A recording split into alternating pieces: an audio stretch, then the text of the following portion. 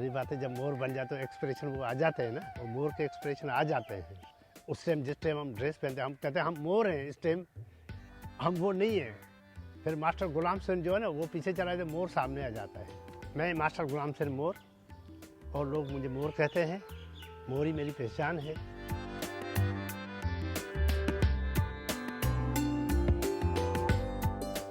देखिए हर डांसर का अपना एक अंदाज है, अपनी एक पहचान है। तो मैंने अपने आप को सबसे अलग करने की कोशिश की कि मैं अपना एक ऐसी चीज़ पैदा करूं, मेरी एक अलग पहचान हो। मैंने अपने उस्ताद से मशवरा किया, मुझे सर जी मैंने ये डांस मुझे करना है। तो उसने बोला कि बेटा ठीक है तुम करो तो सही, अगर डांस तुम्हें करना है तो आप ऐसे करें, मोर की फितरत को देखें।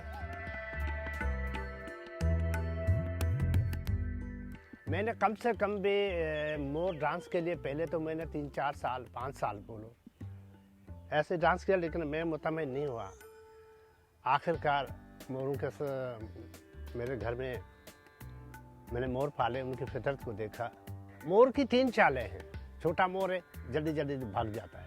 उससे जो बड़ा मोर है वो उसकी चाल थोड़ी दरमियानी है। और जो भारी मोर होता है वो बिल्कुल जिस्म को यानी कि लहरा के पूरे वजूद के साथ आता है। अब उसकी फितरत क्या है, देखता कैसे, ऐसे बाहर को देखना, ऐसे करना, चोंच को ऐसे साफ करना और इस तरफ से साफ करना, पानी पीना और अपनी खुशी का इजहार करना और परों को इस तरीके से। तो ये जब वो मस्ती में आता है ना फिर वो डांस करता है।